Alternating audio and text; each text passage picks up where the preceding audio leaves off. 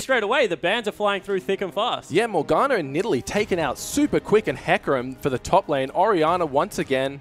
So we're just going to be waiting for those 5th and 6th bans. There's Agragas, a menace in the jungle right now, just stomping people.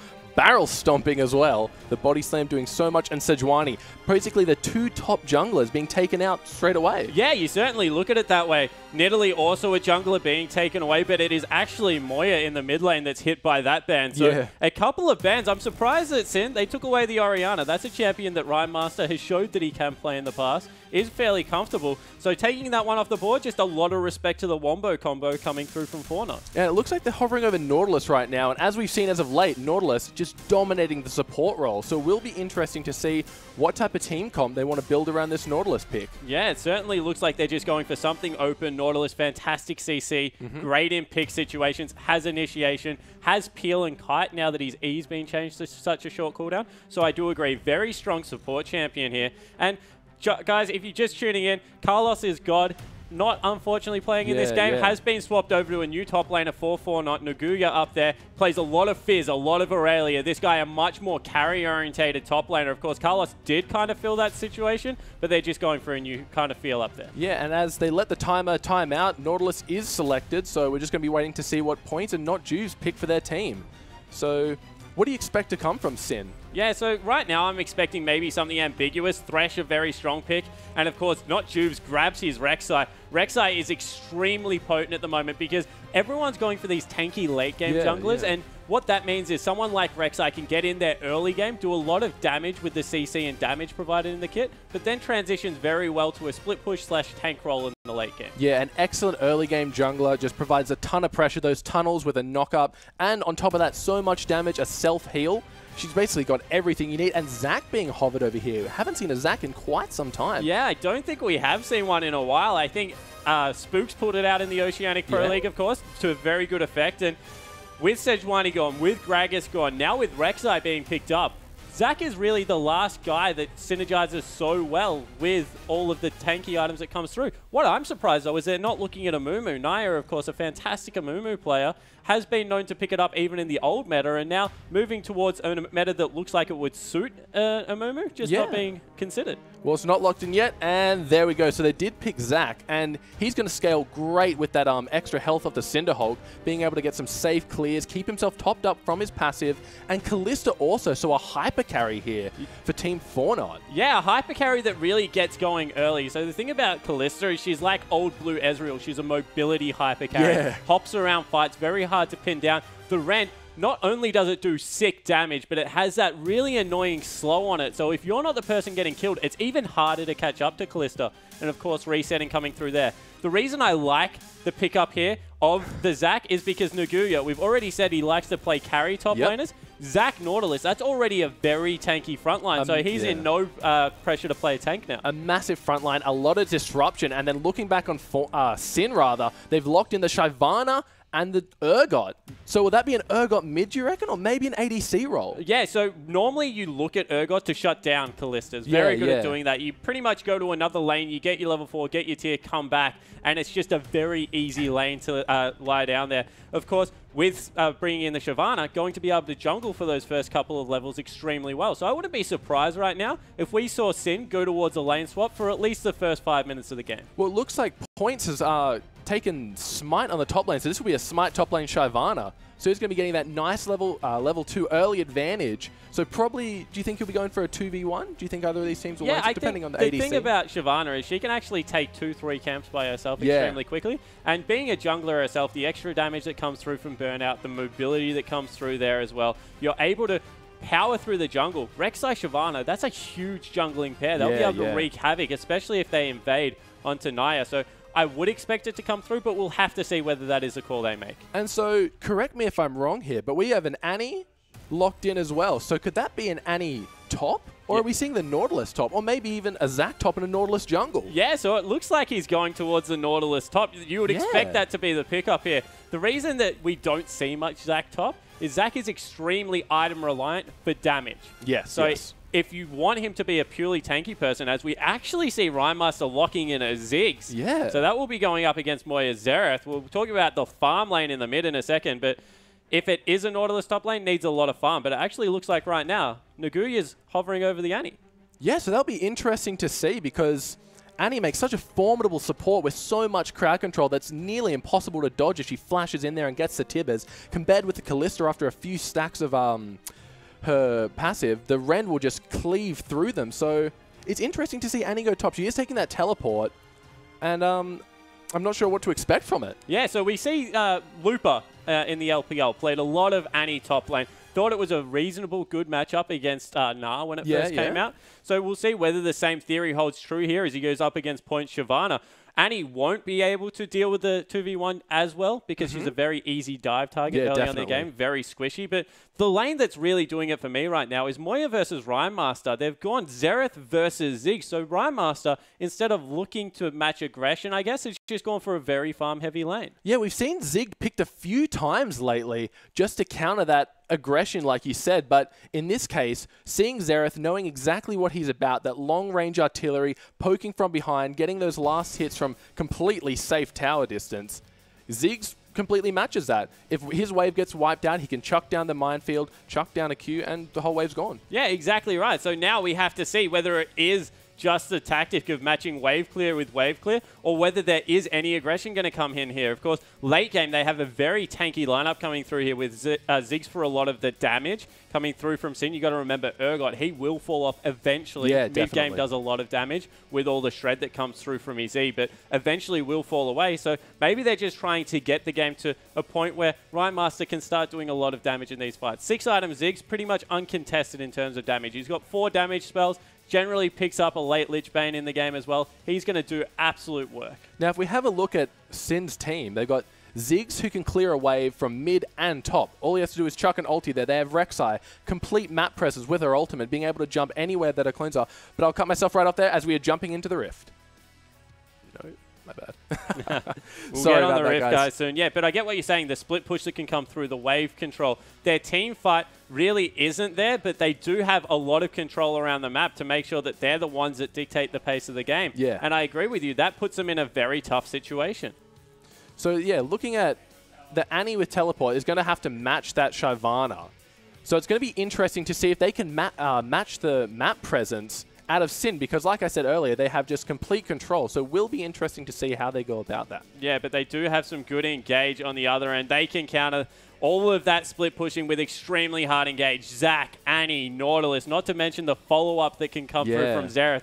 We've already talked about his range, the annoyance of Kalista jumping around in these team fights. If they ever make a mistake, I agree, it is a fantastic tactic coming through from Sin, but one slip-up and you might see this game fall over to 4-0. Not to mention, the Nautilus is just going to be riding on the back of Kalista. Once she hits that 6, and she's going to, bam, right into the middle of the fight, being able to get a full slow-off, potentially. With the problem with Nautilus is if he doesn't hit that Q, he's not going to get in range to find someone to ult, find someone to snare. But they completely negate that by allowing Kalista to throw him straight into the team fight. Yeah, and that's the best thing about Kalista. She gives a lot of, I guess, different options for initiate. You do pick people up, throw them in. It's why we see her paired a lot with the likes of Thresh, because Thresh, very similar, needs to get in range of the Flay generally, because hitting the Miracle Death Sentence, they happen, but they're not as, I guess, reliable as it is of being able to hit that Flay. So I definitely agree with you that Nautilus, Kalista, they're a very potent 2v2 lane, but it also gives the ability of having that for sure initiation. Yeah, and we can't all be Mad Lives here and get every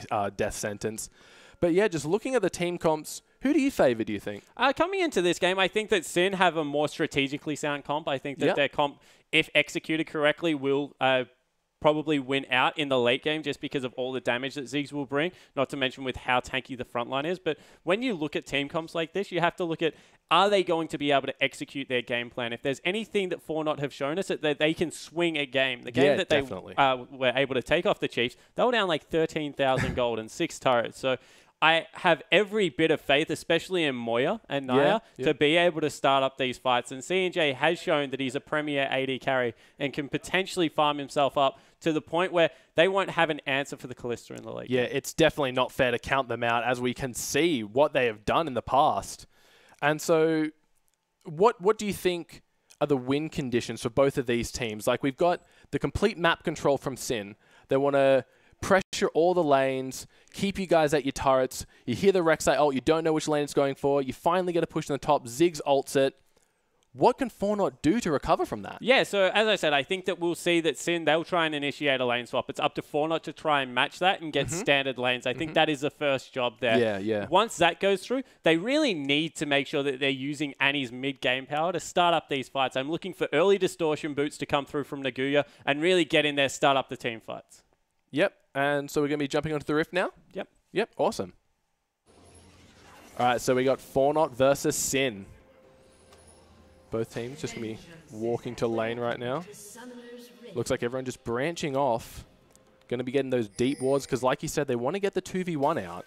Yeah, so they send Stealthix mid, and this is what we see generally when you are looking for a lane swap. They're going to try and get as deep as vision as they can, but you can see already Fortnite, they know what's up. They've warded every entrance to their jungle. They're not showing themselves at all, so it will be very difficult from here. This is just a guessing game now. They'll go top, probably, because that's what you do if you want to do it. But as you can see, it looks like it's been matched straight away. But they're grouping as 5. They might want to get some deep wards in here, but it seems like after warding all your entrances, you kind of want to dictate the pace of the game. So they want to know what their opponents are doing.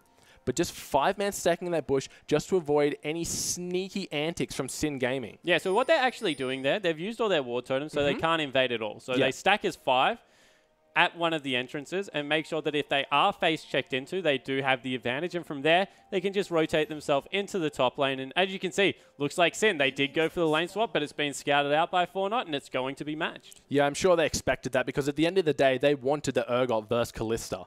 So knowing that the most likely outcome for Fortnite is to do the lane swap, they're going to be swapping themselves. Yeah, so I think that Urgot will eventually beat out Kalista, but he does have a hard time extremely early game. I'm talking like levels 1 to 4 before any items are being picked up. So we'll have to see exactly how it works out.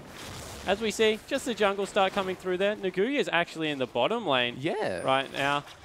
Not going to double jungle at all. He's just going to walk straight into lane.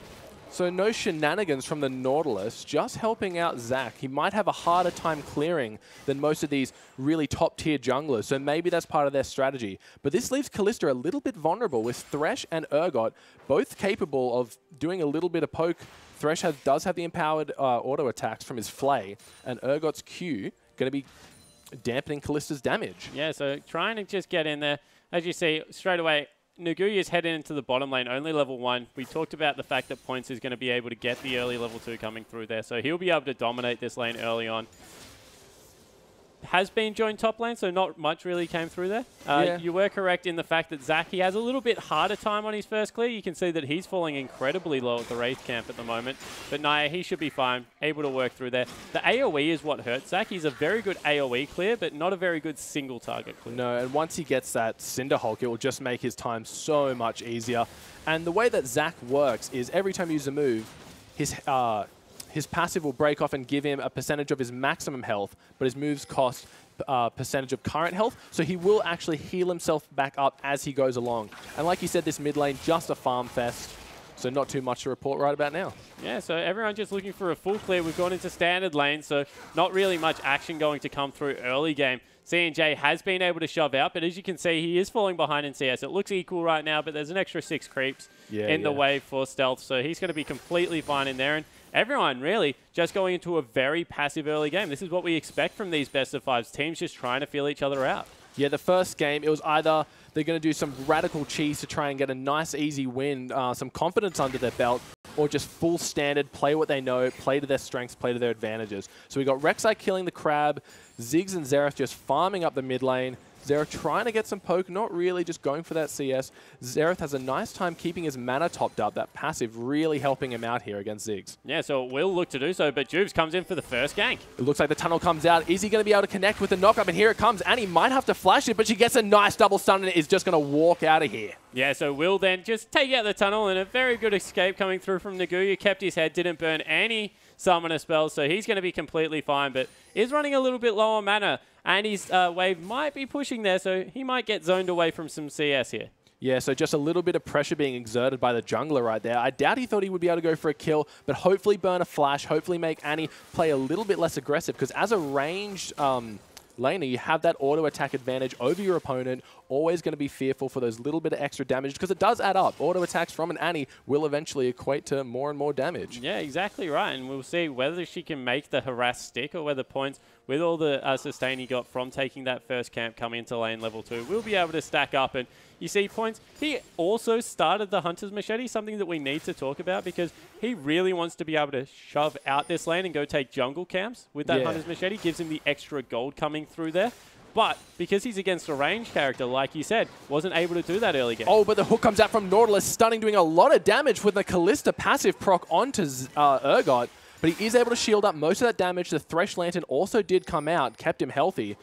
But Stealth X, he's going to know that Nautilus can just jump on him any time like that. Urgot, not really one for escapability. Yeah, he won't be, but as soon as he gets some extra points into his W, that shield, he's just going to be able to shrug off a lot of the pressure that will come out. You see, starting early game, as we said, up until about 5 minutes, Nautilus, sorry. Oh, and the hook comes out on CNJ. He gets flayed back into the tower. The Ignite comes out, and this is going to be a first blood for Urgot.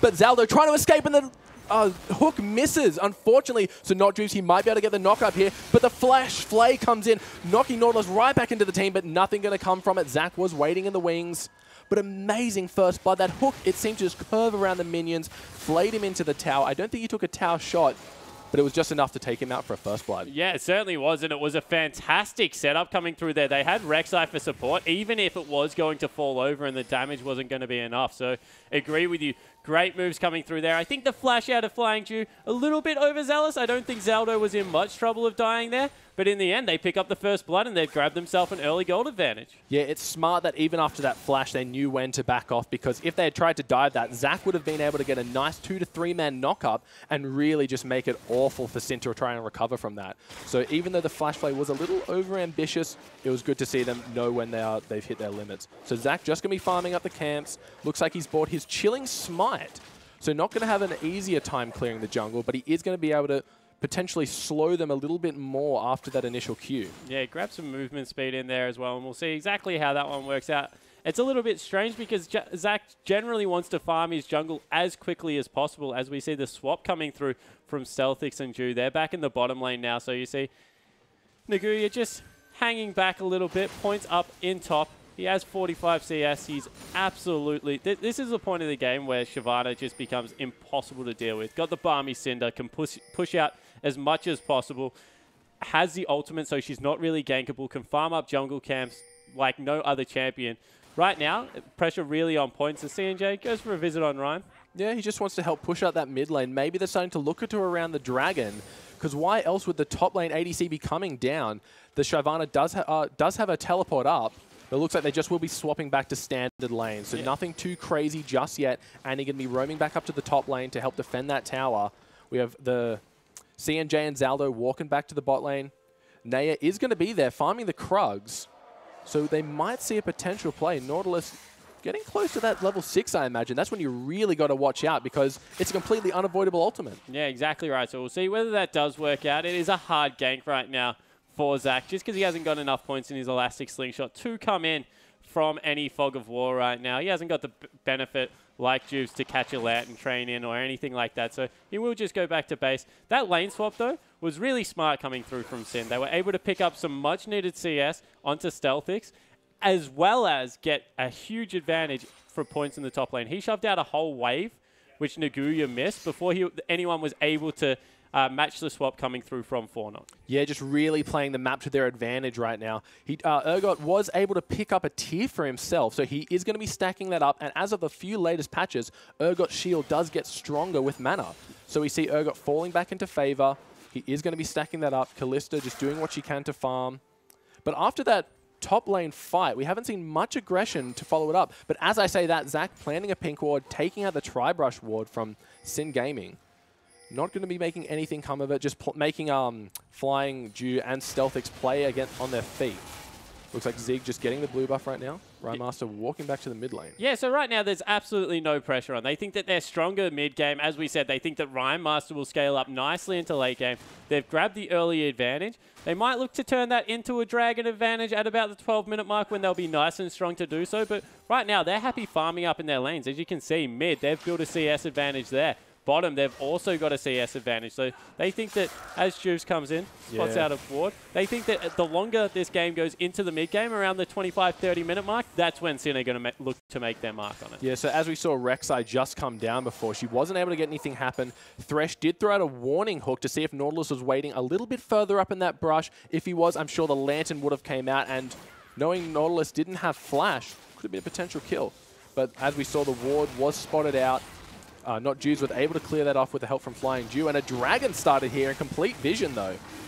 Yeah, so they do have vision, but what can they do to stop it? No one's in range. They'll be able to take this one out. Here comes a teleport. The Xerath ult's coming in. It looks like the Shyvana, oh, the Annie rather, that was the teleport. The Not Juves getting taken down by the Ignite, and the backline Shyvana doing a ton of damage. The Nautilus ult not coming through and hitting too much. Flying Dew going to get out with a slither of health. CNJ trying to kite back. It gets a nice rend, able to finish that one off.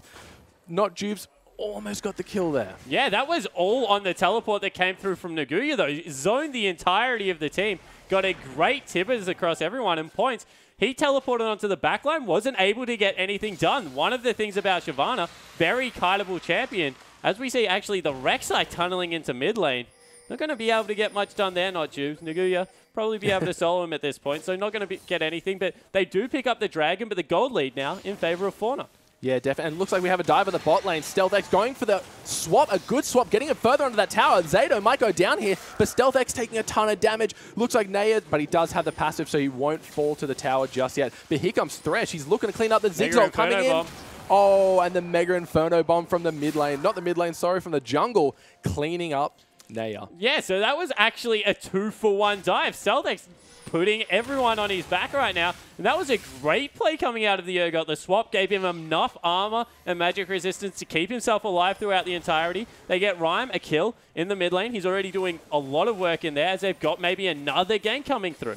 Yeah, but nothing going to come out of that one as Xerath burnt the flash, I think, out of Xerath. So that's a fantastic gank yet again.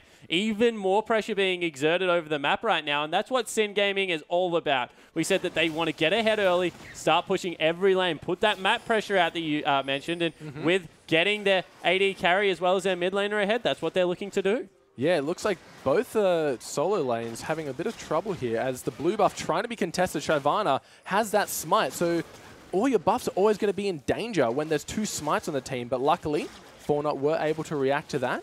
This brings 4 members of their team up here to contest a blue. Yeah. This is going to leave CNJ very vulnerable in the bot lane. Exactly right. All of a sudden, CNJ needs to be so careful. Not Juves has been spotted out. Yeah, the Sentinel was thrown out. Good timing, good map awareness. Knowing that your team was just sighted at blue, this is a great opportunity for Sin to dive. Just really good awareness to avoid any unnecessary deaths. Yeah, exactly right. But they do zone him off a little bit of the wave. He'll be able to pick up majority of it. You see going that Blade of the Ruined King first coming through there for CNJ's Kalista, and he'll scale up nicely, probably into double vamp items coming through for the Kalista. As you can see, Ren just makes it so easy to farm on this champion. Yeah, only missing one of the CS. Really easy. And we've seen so many different Kalista builds come out of all the Kalista players in the world. So going to be going for that more safe build, I want to say, in the Blade of the Ruined King. Gives lifesteal, gives movement speed, rather than the greedy Runan's Hurricane. Yeah, I think that she's just looking at how tanky the other team is right now. You've got an Urgot, you've got Shyvana, not to mention Not Juves coming through with a lot of HP.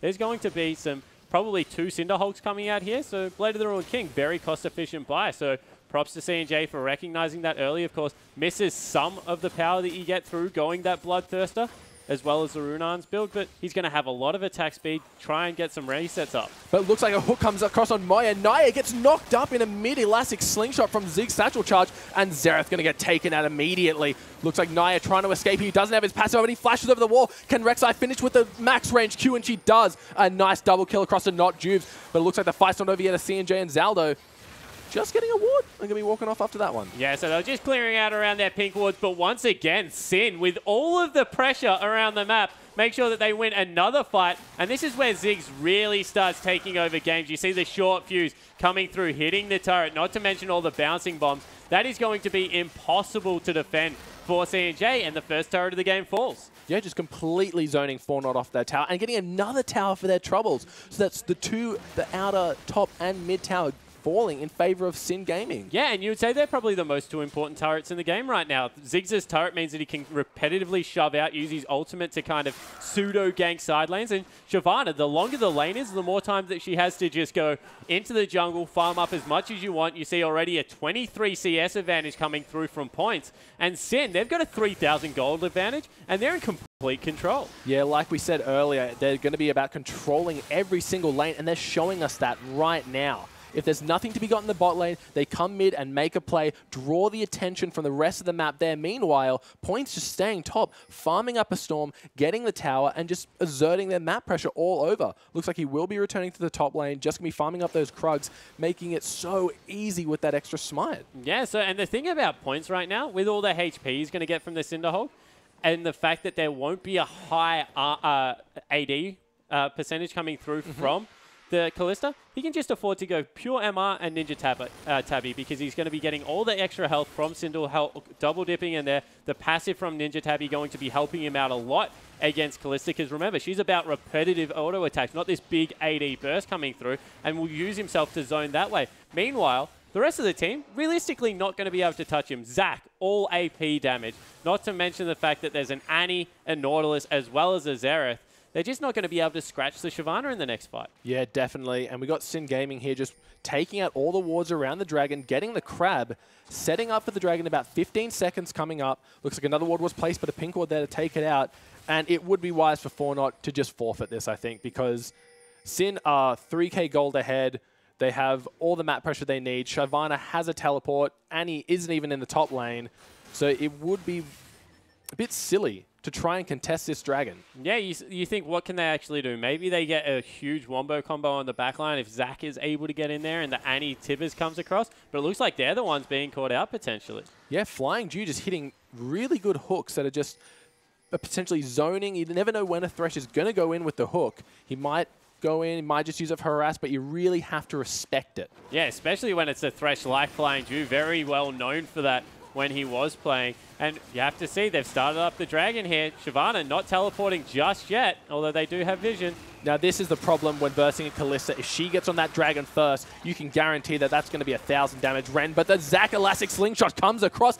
Shyvana taking shots from the tower, and she's going to come in and die. The teleport goes off, and the tower kills her. But back to the team fight. Xerath hitting some nice ults onto Urgot in the background. Here comes Nautilus right through Flying Dew and Naya going for a fight. It looks like they've turned their attention back onto Flying Dew. He is going to get taken out by the Xerath Q.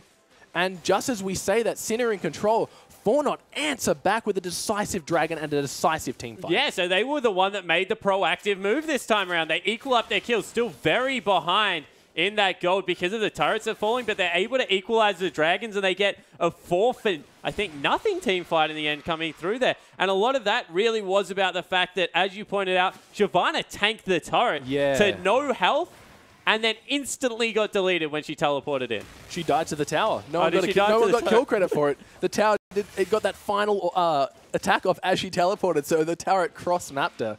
That is just unfortunate, and once you've committed to that teleport, what are you going to do? Are you going to back out and leave your team to die, or just hope that you can get in there and just cause enough disruption? So stuck between a rock and a hard place there. Yeah, so Points, a little bit of a slip-up, not coming through for his team, and that's honestly a big deal at this point in the game. We said that he is probably the strongest member as Ryan Master just uses that ultimate to push out the lane. 181 CS, now 60 in front of Moya there in that mid lane. And as we said, Annie, she's picked up the early distortion. Now this is why people pick Ziggs. He's able to just give so much lane dominance. Being able to control his mid lane, his top lane. He guarantees a late game is what Ziggs does because you cannot push into him. He's just got such good wave clear. You really need to deny him blue buffs. And even then, with the Chalice, just going to be able to do a lot of work. And yeah, you're right. It is a very lane-heavy pick at the moment, but it seems to be coming up pretty well, at least for Sin in this game. And right now, a lot of the pressure is on the Annie top. Has got in a good position, 40 CS down, but is 1-0-4 for the team versus a 0-2-0. So has been able to stand up okay, at least in the team fights. But a lot of it is whether Naguya can get in there and really start up the fights that Fornot need. Because that's definitely what they need, because they're falling behind in CS in quite a few avenues. They're still 3k cold behind, but despite a really convincing team fight and the dragon. So it will be interesting to see how they can make use of their champion's abilities rather than item advantage, because that's really what they're going off currently. Yeah, exactly right. They need to get to a point where they can equalize it, and a lot of the power currently is on the Annie. Xerath needs a couple of more items. CNJ, he needs at least another item. We talk about the 2-item spike that comes through from the Callista, so we'll see whether he can get to that point. But right now, Annie's completely fine. Couple of Dorans, all the burst damage that will come through from the rank 2 Tibbers. The persistent damage as well is always overlooked, but Tibbers, with the Molten Shield on, walking around team fights, his burn does a lot as well. So a lot of pressure right now on the newest member of Fortnite to try and get his team back in this one. Yeah, and Tibbers, once the cast is down, you can just essentially click and forget. Tibbers will do his own thing. You can focus on getting those stuns on the key targets, because a second rotation of stuns, not that hard to get in such a chaotic team fight. Giving those Molten Shields to yourself while trying to get a nice flamethrower across everyone. But it looks like a hook onto Zaldo in the bot lane, but he's just going to tank it up. Getting the ult onto Flying Dew, the Ziggs ult comes through, Xerath ult as well, trying to match that. He does pick off Flying Dew in the back. Looks like Urgot taking a lot of damage. Can the Ren come through and finish him off? But no, Naya cancelling that elastic slingshot. Does he have the passive up? He will. So it's going to be up to Fortnite to defend the Blobules. Yeah, so they will be able to do it in the end. But Naguya came down, and meanwhile, Points in the top lane. He's still pushing. He's all of a sudden taken out of tier 2. So even though they win the team fight, this Shyvana becoming a huge deal every single time. And he leaves the lane, just able to take everything. Yeah, Shyvana is definitely not a champion you can just ignore. Because as we saw, even though they're able to get... But they might get a second tower out of this, so maybe... Oh, Rhymaster's there. That is a bad position. Oh, and the elastic slingshot gets knocked up mid-cast onto Rhymaster, so he's able to save himself. Kalista getting taken super low. Will she be able to get out of this one? A nice flash, but the hook lands on Maya from Flying Dew, and he just gets obliterated in a second. Looks like Flying Dew wants to continue the fight, getting the lantern to Not Juves. It's not over yet. Not Juves coming in. Does he have the flash up available? No, he doesn't, but another hook comes onto Nautilus. Zaldo getting taken super low. The Urgot doing so much damage. But a kill for kill as Kalista gets taken down in the background of things. Naya going to be getting taken out, a double kill for Stealth X, and another tower by the looks of it to Sin. Yeah, so they get 4 kills for completely nothing. Sin turned that one on its head. They take another turret. Meanwhile, Points, he is playing full PvE mode right now, killing every minion he can get his hands on. Clears out the jungle one more time, clears out the mid lane. He's looking to grab another turret, so they might be able to turn this into a huge advantage out of what was a Fortnite overstay. But that's the thing. It's such a psychological advantage Points is making for his team as well. They see the Shyvana pushing down top, and they think we have to answer this. We can't just let her continue to destroy our top lane. We have to make a play. So they overstep their boundaries, make kind of questionable decisions, and it just backfires on them. So it's really good to see Shyvana getting in the heads of the opponent, and that is definitely what you need to do in a best-of-5 series. Mentality is everything. Yeah, exactly right. And Fortnite, they're the veterans coming into this one, but you can see that they're not performing very well this first game. They've fallen behind in every single lane. Really only CNJ being able to stand up against the Nautilus, and even he gave up first blood. So a lot of pressure now on this Fortnite lineup to be able to peg this one back. Can they do it this game? Probably not, but 5-game series, there's a lot of time for them to get it together, as they might look to start up another dragon, but I think that's a little bit dangerous. Depends on how many stacks of Ren this Kalista can get before Sin basically surround him. Will they try to... It looks like they're not getting off this, and Ziggs takes it with the super... bomb, just doing so much damage, being able to outdamage Kalista Ren is basically unheard of. Yeah, Mega Inferno Ball coming through there, clearing that one out, and Rhymaster able to grab the second dragon for his team. Maybe now, with all of the pressure being on bottom lane, they can just rotate over, pick themselves up a free Baron. Shyvana has gone back into the bottom lane, and as we keep mentioning, all the split push pressure there, no wards at all on the top side of the map. I'm really surprised Sin haven't turned their eyes to that objective. Yeah, every lane belongs to Points at this stage. He's pushed up the top. They can see 3 members on the bottom lane right now, and there is 0 vision over that Baron area. They've got a Rek'Sai. He's nice and tanky. They should just start it up. And as you say, it looks like they'll be going for just that. We have Stealth X, Not Juves, and Flying Dew going to be doing that Baron, taking it, doing quite a bit of damage to it. Completely no vision. So this looks like a pretty uncontested Baron. Yeah, exactly right. They've got a frozen heart even on their AD carry. There's no way they take enough damage right now for Baron to be able to force off them alone. Not only that, add insult to injury, they've got Rhymemaster, who nearly has his ult back up. They might be able to get the outer, they do, but nothing else will fall in favor of Fortnite right now, and they just gave over the Baron. Yeah, that is not a formidable trade to be had, but they had to have known something was going on. When you give up that much vision and show your entire hand in the bot lane, you have to expect it. So it'll be interesting to see how Sin play this huge advantage they've just been given. Yeah, exactly right. So we already mentioned they've got the split pushing. Split pushing with Baron, you get all the super minion in all the waves, just crush down turrets. It's going to be nearly impossible right now for them to be able to match that. They don't have the wave clear.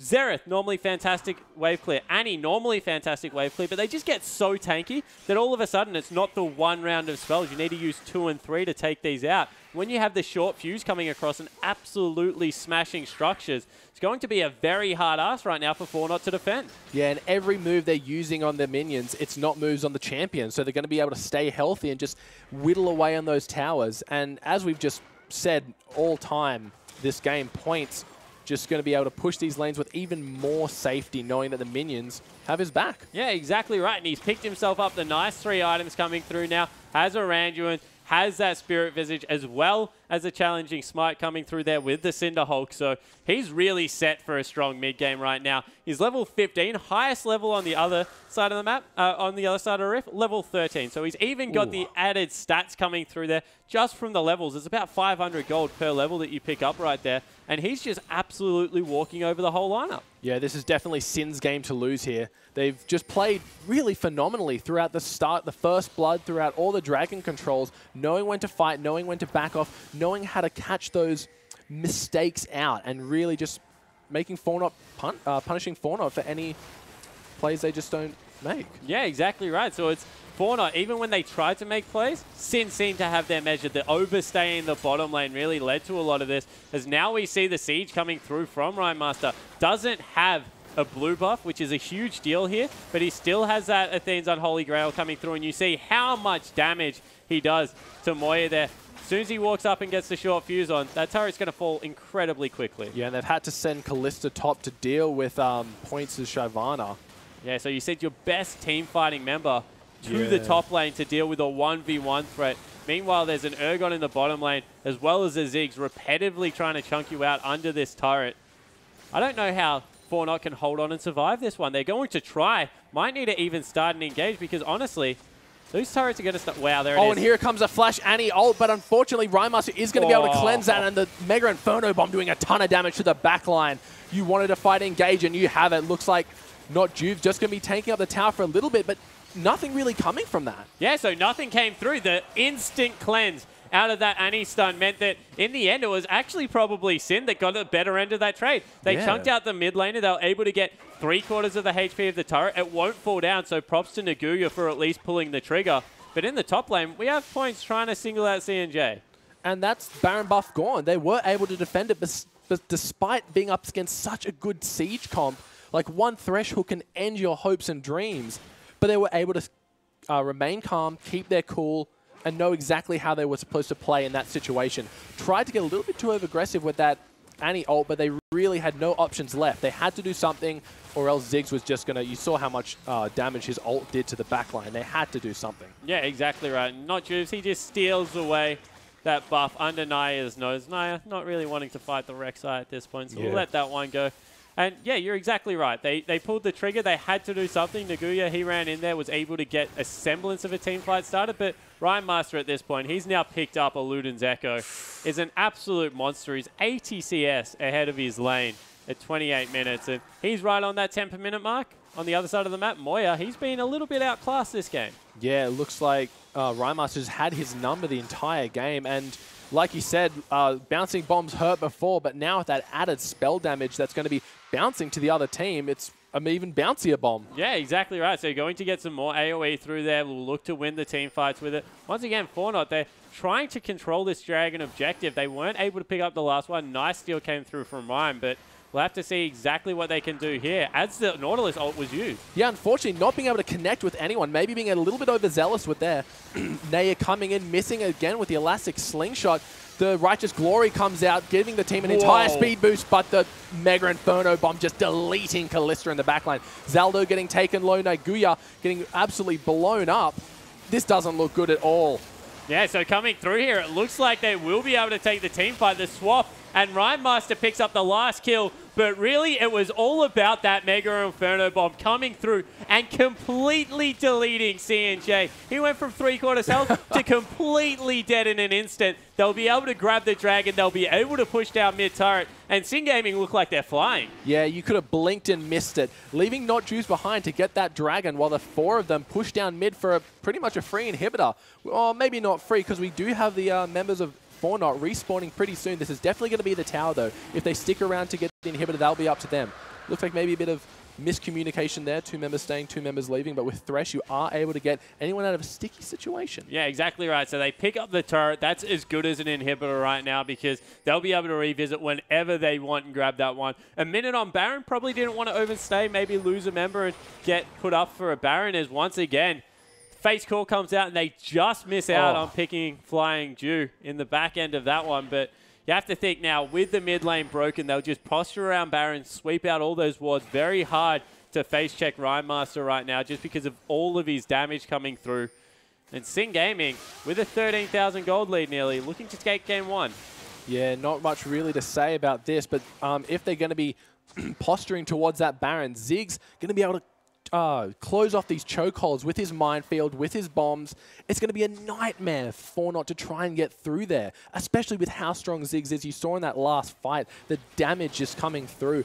And and the Shyvana Flame Breath was able to steal away the blue buff. Was that combined with Smite? Yes, it was. So not as impressive, but still really just showing the prowess of this Smite in the top laner. Yeah, so level 17 now, so even extending the level advantage, and that's what it's really about right now. Sin, he's just so much stronger than his counterpart that no one can really match him. We see that Annie, she's also going for a Luden's Echo, going for some instant burst that comes out there, but realistically, you're not going to kill anyone on the lineup. They are incredibly tanky, not to mention the fact that Rhymemaster, he went with the Cleanse, the very selfish mid lane summoner spell, but it's kept him alive in some of these team fights, so you understand exactly why he's gone for it.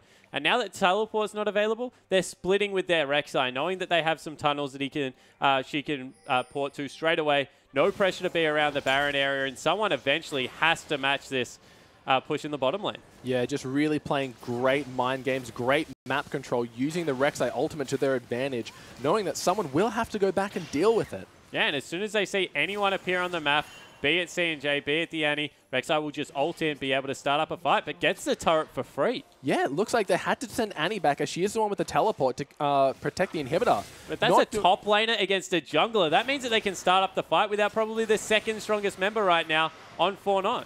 Yeah, and Sin just being able to keep the Fortnite members there. But we do have Rek'Sai coming back to the fight, and the damage coming out from the Ziggs ultimate of Moya take him down to about a quarter health. Yeah. And it looks like the Baron has been started. Yeah, they're just going to start up the Baron off the back of that Rhyme. He's so strong right now. You mentioned the zoning that will come through that's been started up.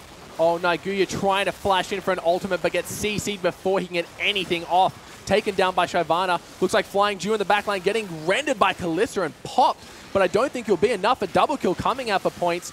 Looks like Kalista, yep, getting caught in that Baron pit, and that's all she wrote. Yeah, so they take the triple kill on the Shyvana. Only the jungler left, so can Naya make the hero play?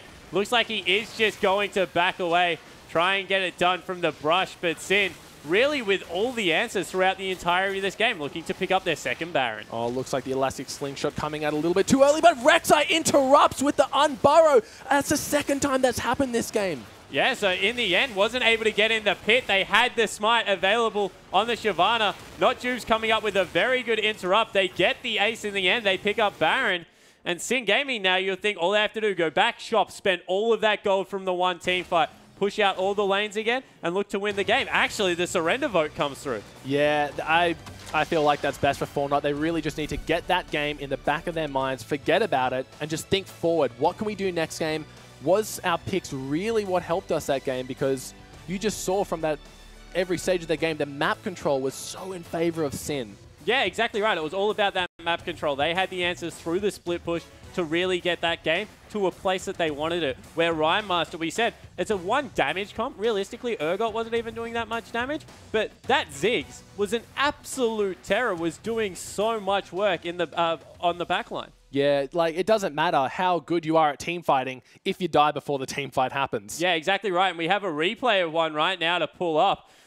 As you can see, this is around the Baron area, so the Mega Inferno Bomb is already on cooldown. That is why half of Moya's health is missing. And as we start this one up, you see the teleport comes through from Manny and is looking to get on the backline, but Stealthix, straight away, they come through with a stun, able to get that stopped without anything really happening, and then they just turn around the whole fight. Flying Jew, he goes pretty deep there, probably didn't need to commit that far, but C&J, he gets stunned up there from the suppress coming through, and they just clean up the rest of the team fight. At this point, they're so much stronger that there was absolutely nothing Fortnite could do to win that one. Yeah, it was very one-sided towards the end of that game. Like you said, just playing for the late game, playing for the map control. A few Dragons they may have been able to contest, but against Kalista, you can never expect that Ren to not do so much damage. The Mega Inferno Bomb, or the Big Bomb, just being able to steal one away. Yeah, exactly right. In the end, there was just too much coordination coming through from the Sin lineup, and Fortnite, they have to go back because the team fight comp they put together, it didn't work. Yeah, yeah. Cool, and that is going to be the end of Game 1, guys. Stick around, because after this, we'll come back with more Fortnite